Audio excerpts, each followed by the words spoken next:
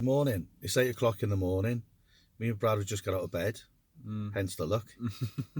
Yeah. And we just sat in the van now talking about our day's work. So first and foremost, it's dry.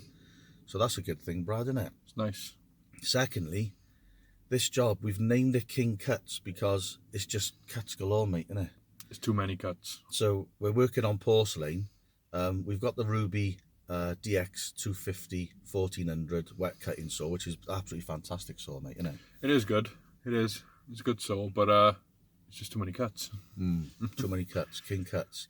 So we got the Ruby on the go. We got the little mini Makita disc cutter on the go, and we got we haven't used the sthil saw yet on cutting porcelain, but we got a blade for it here, so we'll maybe try it out today.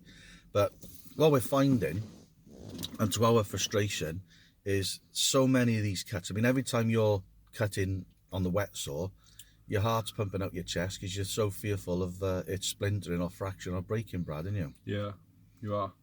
You know, I'm watching you on the saw. You're trying to do it, and then he's trying to do it slower, so it's taking a little bit more time.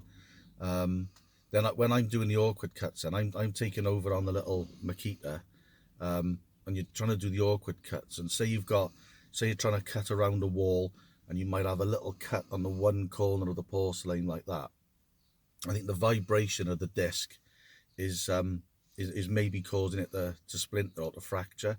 And then if you're pushing the disc down too far or too much or too hard, that can cause it to fracture as well. So we're at a bit of a crossroads, mate, aren't we? We are. I mean, to be honest, you cut the porcelain and you're worried it's going to break. But then if you cut in, for instance, Indian sandstone, it just goes through like butter, and you're never paranoid it's going to break. No matter if it's this big, it just don't matter. Yeah. But this porcelain is just different ball game, mate. It's a different ball game, and then as soon as it breaks on it, you just feel like banging your head against the wall. Yeah. So we've got a lot of tricky, awkward cuts around the manual, as you've probably seen on previous videos. We've got more tricky cuts to do today. I think if we got a straight line, I think the Ruby, it's you easy. know, it just blasts easy. straight through it, doesn't it? And it doesn't really fracture that often, does it? No. You know, we're pretty good to go on that, aren't we? Yeah. But then the problem with the Ruby is if you've got anything other than a straight cut, then you can't take the blade like halfway through it. Say you want to cut, say it's a 600 by 900 slab, and you want to cut a 300 by 300 corner out of it to go around a drain like a gully or something like that. You can't cut in to the one side. Well, we haven't even tried it, have we? No, but I'm worried it's going to break. We just think it's going to break. So we're fearful of cutting it in from the one side, and then on the other right angle of it, cutting it in to the other side and joining it. We think it's just going to splinter and break, which I think it probably would, wouldn't it? It probably would. So we got a bit of an issue. So we're calling out to you guys out there. How do you cut your porcelain? What blades do you use? What equipment do you use? Help us out, because this is only our second job of doing porcelain. We've put it all on YouTube. We've been brave. We've been put ourselves out there to face criticism and stuff. I've really looked into it to try and find out the best ways of doing it, but help would be, it would give us a bit of assistance, wouldn't it? It'd be much appreciated, because the way we're going at a minute, I'm not a fan. Well, I like the job. I like porcelain. I just don't like the layer. It's a lovely product. I mean, laying it is fine outside the cutting of it. And if you've got straightforward cuts, happy days. But it's just the cutting of the damn stuff on these awkward, intricate cuts. And we got on the little disc cutter, the blade is an ECD 115, which is by Ruby. I think it's about 30 odd quid a blade for a little mini 110 blade. So that tends to last a while. But even that, we've used that yesterday, haven't we? And twice. Well, we're on our second blade now, aren't we? And twice yesterday, the porcelain fractured and split. Yeah. Now, the only thing is as well, say you're ordering porcelain, say you've ordered it for your client and it's 40 square meters, right? Say you go through, I was talking to somebody, can't remember his name, I think it might have been Davey, made a comment this morning actually, saying that he'd been through like 6 or 7 slabs on his porcelain project because he was cutting and it kept breaking, and he got through 7 slabs on one cut. So 7 slabs on one cut when you're using £58 a square metre porcelain, I mean, it's starting to get expensive then, Brad, as well, isn't it? It's a lot of blades, and there's a lot of time and effort. And it's a lot of porcelain. Changing the blade over, messing around all the time. And then as soon as one breaks, you just... And it destroys you, doesn't it? Yeah, it Because does. you put all your heart and soul It does. into doing it, and then boom, you hear that little dink, that little Yeah. noise, that little snap, and you think, oh God, and you just want to pack everything and go home, don't you? You do. Yeah. So I mean, the other thing is as well, like I say, that the monetary value of it. We all know porcelain is quite expensive at the moment. The availability of these products, you're tending to order, say from Mandarin Stone or Marshall, so they're not on the shelf products. You can't just go to your builders merchants and say, look, I broke 7. Can I have another 7 slabs, please? And pay individually for them. You've got to pay I think Marshall's charge you like a 70 quid carriage fee to split the pack. Then you're waiting weeks and weeks and weeks for them to get you because of the, sorry, I got a fig roll stuck in my throat, Brad. Then you're waiting weeks to get them here because of the situation with COVID and the delays and everything. So we're now out there now. I think we got enough slabs, and we haven't actually broken that many, have we? And what we've broken, we've salvaged. Yeah, haven't we've we? reused on We've different reused them. offcuts. So I suppose there's other people on other jobs that have, they've broken many porcelain slabs, and then what do? Do you put the job on stop then to go back to do it? Or have you got an answer for us? So share them in the comments below. Tell us how you cut porcelain. Send us some links or something.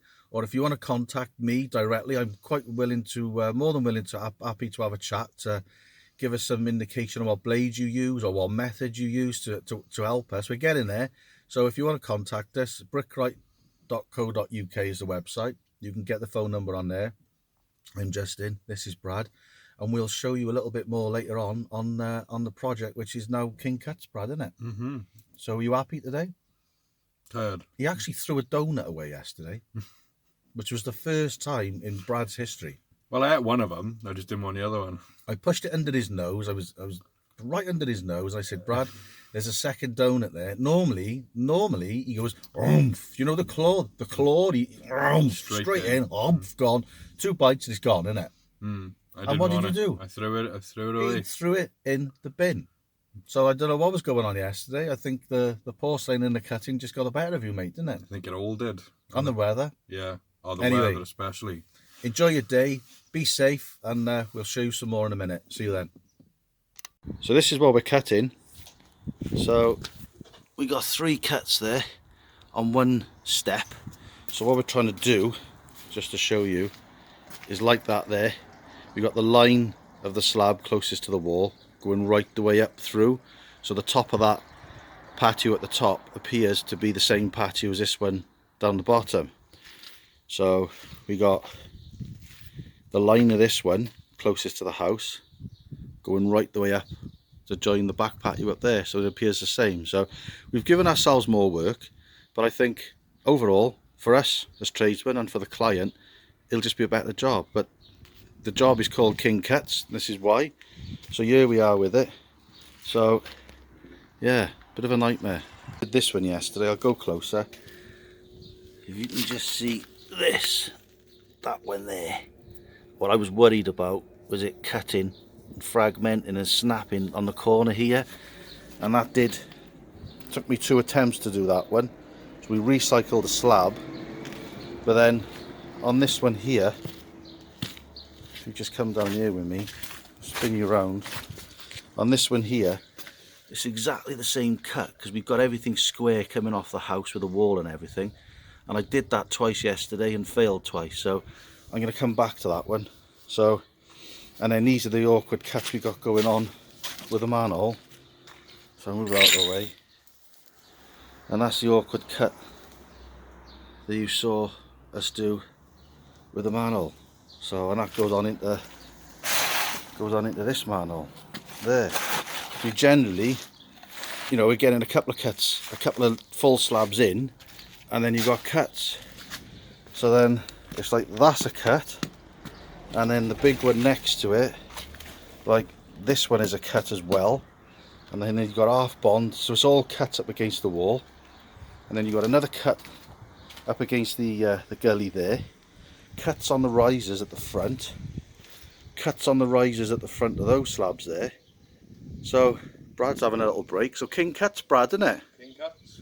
So we've got the ruby on the go, we've got all our cutting equipment on the go, so wish us luck.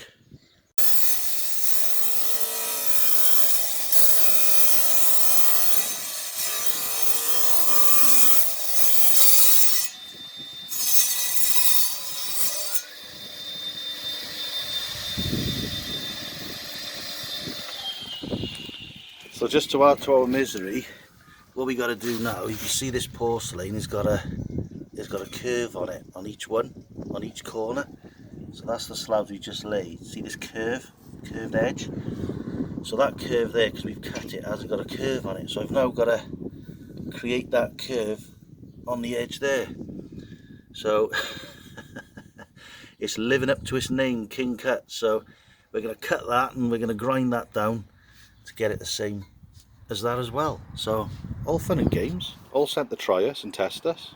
I've marked this out now, which is the same as this side, look. So that's there, I just showed you. So I'm gonna have to, so this ECD 1.5, you can grind it by these little round circles on the side. So it's a really good blade. So here we go.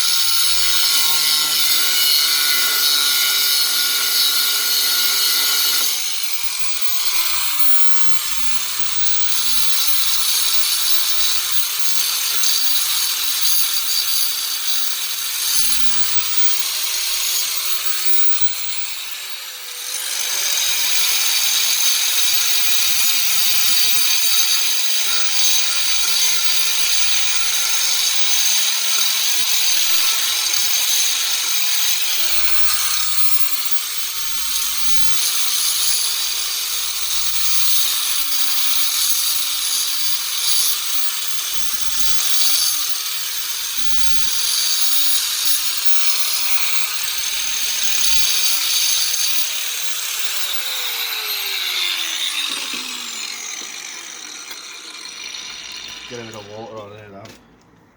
So that's because it's full body porcelain, that. You've got the same colour going right the way through. So, you know, you're pretty much the same as the both sides there, within reason. So there we are. So we carry on and yeah.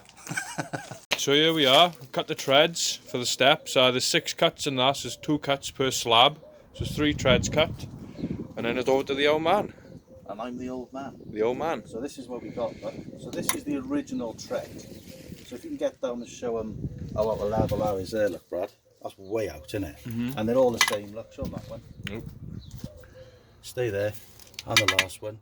So they're all way out of level. So what we've done, we've cut this porcelain now, and we've got a level, look, on top of the new porcelain, and on that one. And then the same again on that one. And all the way up, and what we've done on the top one, the top one's like that as well. So I think keep calling this job King Cuts. It really is, isn't it, Brad? You know, we've had to cut this now to try and make up the discrepancy in the steps we're laying off. I mean, these steps are absolutely solid. There's no subsidence in it, or they've just been put in like that from original. There's no cracks in, so they're fine to lay on top of. So we're going to map that up now, and then we're going to lay all these treads and work from the back. So wish us luck again.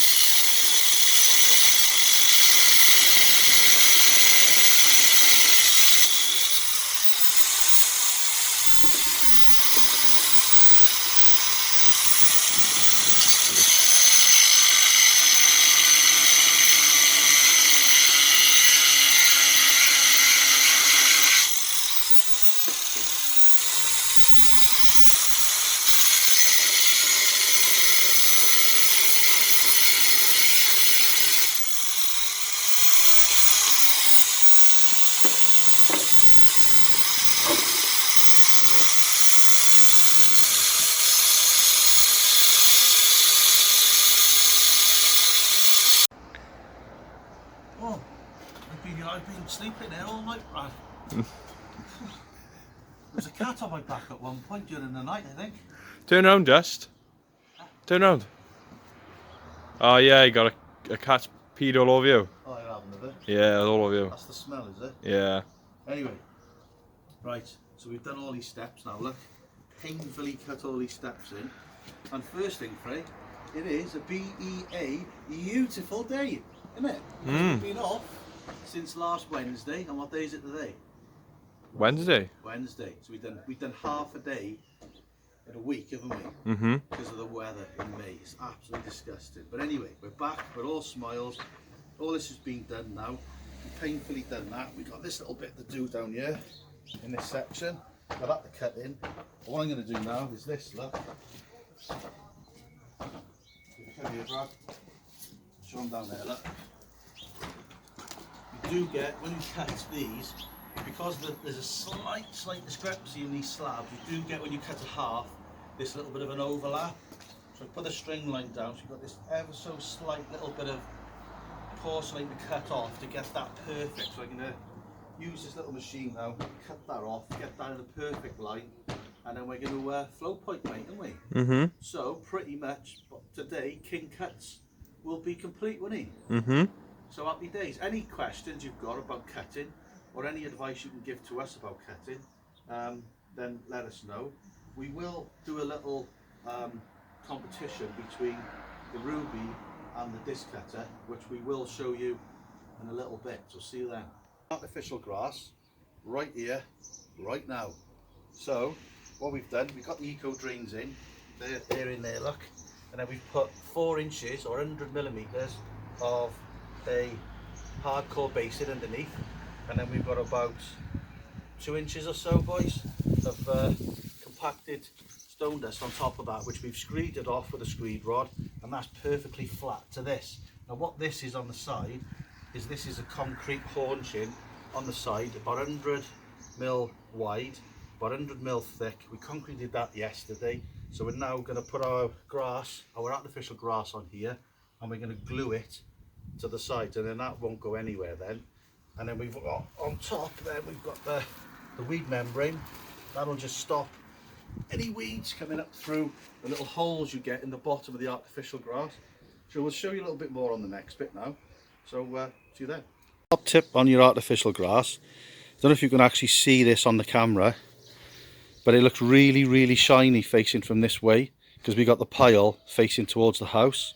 So I hope you can see it on the camera. Real top tip when you're laying artificial grass, have the pile facing towards the house, because when you or the client is looking out the window or looking at the artificial grass, you then get that, so you don't get any kind of shiny bits at all. So that's looking at it from that way, and obviously we haven't laid it yet. And then this, I don't know if you can see it, is looking at it from that way. It's really quite shiny, so hopefully it helps. Top tip there for you. This is what we're dealing with. So this is the second time I've gone to cut this one now. So the last time up here, I cut it up, or Brad cut it up here, and it split, and it went right up there and split down there. So I thought I'd change it up a little bit. So I've cut down here with a little mini disc cutter with a ECD 115, which is a porcelain blade. So I cut this one first, thinking, because it broke down there and splintered up there last time, so I cut along here first. Then I've got to here, and what's happened, I didn't put any pressure on the disc cutter, it's nice and slow. It's fractured up there and gone down here, and I haven't moved the slab, and that's what it's done. It's broke so much that it's actually moved the slab itself with the breakage, and that's what's happening. So welcome to the world of porcelain. So that's the second slab. So based on the fact these slabs are probably around about 35-40 quid each, now it's becoming expensive, and now we're worrying we've got enough. So yeah, thought I'd share that with you. So I think I'm gonna try it again. If it goes again, then it really is becoming a bloody nightmare. So not very happy. Right, so I'm happier. I managed to do it. Brad, Frey, I done it. We get a pay rise? No, but I do. See. Right, so this is where we are with it. So we've cut that off now. Cut that up along there. It's broken 3 times. I was the 3rd time lucky. So Brad, you broke one, didn't you? I did. How many did I break? You broke one. I broke one, so that was the 3rd attempt. So, it's just hopefully now it'll fit. So we'll show you that in a minute. Wish me luck. So this is where that slab's going to go. The Fraser's up there. So we put the grass in now. We haven't finished it yet. We're letting it settle overnight just to get any some bumps out of it. So the artificial turf's in from to the grass. So what paint we using on that, Frey? Osmo paint. And Yeah. the colour is pebble grey. Pebble grey. So it's very, very close to the colour of the fence originally, but we'll put 2 coats of that on now, won't we? And it'll match the colour scheme of the slabs and everything, won't it? And it'll also you painting your fingers as well while you're there. Whole body. There we are. Right, let's get this slab in then. Right, we're going to do a test now between the ruby and the sthil. They both got exactly the same blades from them, and key to mention, these blades are really, really good, and they come from Henry at Elite Stone. So Google them and get your blades from Henry, because they're really, really good blades, and we've used loads, so they're very good. Both exactly the same blades, just different machines. So Brad's going to use the ruby, I'm going to use the sthil. Let's get on with it, is it? I'm ready when you are.